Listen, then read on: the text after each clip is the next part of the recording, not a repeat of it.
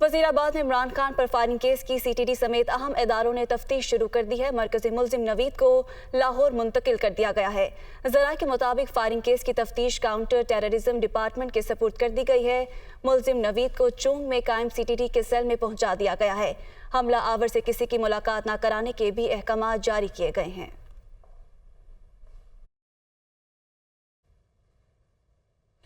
इमरान खान पर कातिलाना हमला, CTD ने जाए हादसा की CCTV कैमरा समेत दीगर फुटेजेस जमा करना शुरू कर दी हैं।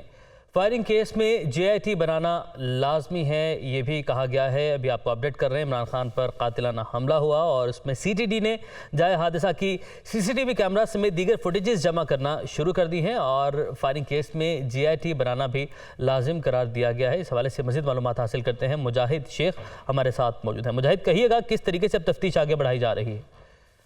बिल्कुल, इमरान खान पर फायरिंग की CTD जो है वो तहकीकात कर रहा है और इसी में पेशरफ सामने आई है कि मौजूद जो CCTV कैमरास हैं और दीगर फुटेजेस जो मोबाइल फोन पर बनी दूसरे कैमरों से बनी थी उसको जमा करना शुरू कर दिया है। इसमें एक और बात बड़ी अहम जो सामने आई है वो ये है कि गोलियों के दायरे का और जायजा लिया जा रहा है, क्योंकि कंटेनर को लगने वाली गोली किस समत से आई, किस सिम से आई, उसका भी जायजा लिया जा रहा है, क्योंकि मौके से मिलने वाली गोलियों के जो 2 होल हैं ये एक तफ्तीश में सब बड़ा सवालिया निशान बनकर सामने आए हैं। वाकई को तमाम महकमों की जानिब से और पुलिस की जानिब से दहशतगर्दी करार दिया गया है और फायरिंग केस में JIT बनाना जो है वो लाजमी होता है, क्योंकि ये दहशतगर्दी का एक वाकया है। CTD अगर इसकी तहकीकात कर रही है तो इसमें एक ज्वाइंट इन्वेस्टिगेशन टीम बनाई जाएगी जिसमें तमाम इदारों के